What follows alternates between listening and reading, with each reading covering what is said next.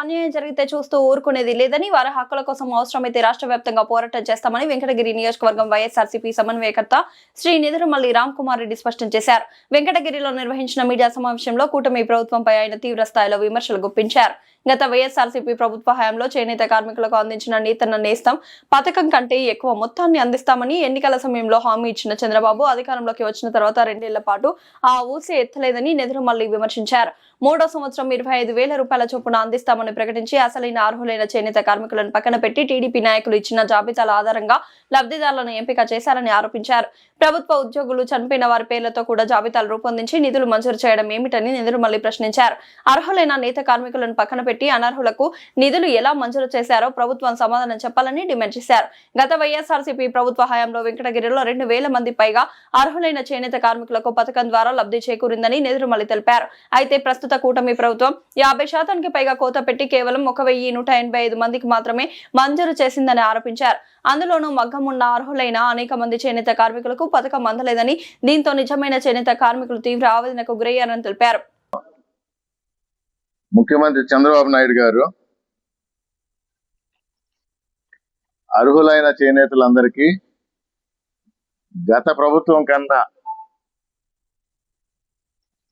అదనంగా ఎక్కువగా ఇస్తామని ఎలక్షన్ ముందర మాటిచ్చి, ఎంత ఎక్కువ ఎంత అదనం అని అంటే, ముఖ్యమంత్రిగా జగన్మోహన్ రెడ్డి గారు 5 సంవత్సరాలు ఉన్నప్పుడు క్రమం తప్పకుండా ప్రతి సంవత్సరం 24,000 అర్హులైన చేనేతల అకౌంట్లో పట్టడం జరిగింది. సంవత్సరానికి 24,000, 5 సంవత్సరాలు. దానికన్నా ఇంకా మేలు చేస్తామని మాటిచ్చి 24,000ని 25,000 చేశారు చంద్రబాబు నాయుడు గారు. సంతోషం. చేనేతన్నల కష్టాలు గుర్తించి 1,000 రూపాయలు పెంచాడు. కానీ వచ్చిన మొదటి సంవత్సరం దాన్ని ఊసేయలేదు. నేతన్న నేస్తం. 2వ సంవత్సరం వైఎస్ఆర్ కాంగ్రెస్ పార్టీ గుర్తు చేయటం మొదలుపెట్టింది. అంటే ప్రజల పక్షాన ప్రతిపక్షంలో ఉన్నప్పుడు ప్రజలకి వాగ్దానాలు చేసి మేనిఫెస్టోలో పెట్టి గెలిచిన ఈ కూటమి ప్రభుత్వానికి గుర్తు చేస్తూ గొడవ చేసి ప్రభుత్వానికి తెలిసొచ్చేలా చేస్తే 3వ సంవత్సరం అంటే 2 సంవత్సరాలు 25,000, 50,000 బకాయి ప్రతి నేతన్నకి ఈ కూటమి ప్రభుత్వం. టైం ఇస్తాం. వారికి రావాల్సింది రాలేదా, తప్పకుండా వారి తరఫున రోడ్ ఎక్కుతాం. రాష్ట్రం మొత్తం. ఇది ఈ కూటమి ప్రభుత్వం యొక్క నిర్వాహకం.